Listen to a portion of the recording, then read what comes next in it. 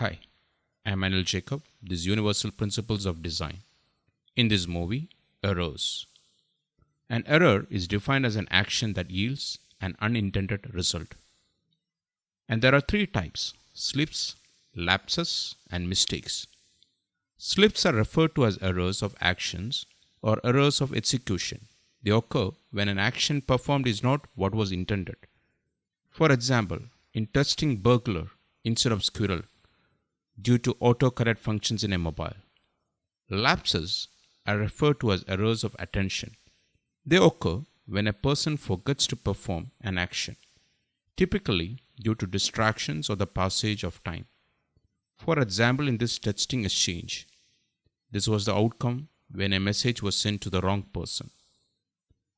Mistakes are referred to as errors of intention or errors of planning. They occur when an intention to do something is incorrect or inappropriate. This can be due to incorrect knowledge about something or an incorrect assessment of a situation.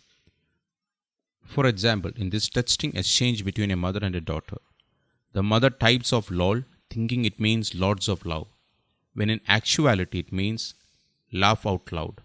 Her incorrect understanding of the initialism leads to the error.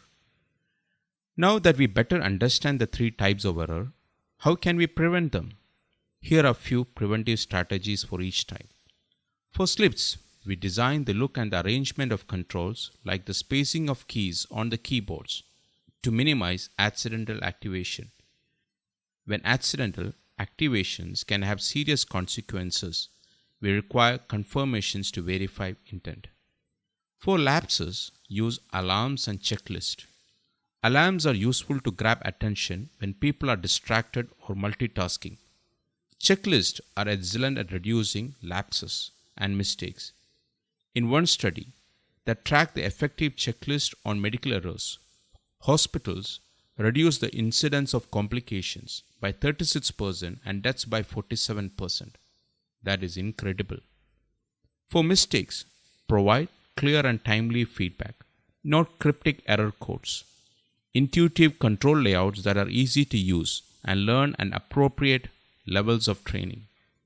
So, whether you apply your knowledge of errors to prevent unintended texting drama, to reduce error rates and associated customer support costs, or spur the consequence of incompetent design, remember, it pays to see the errors of our ways.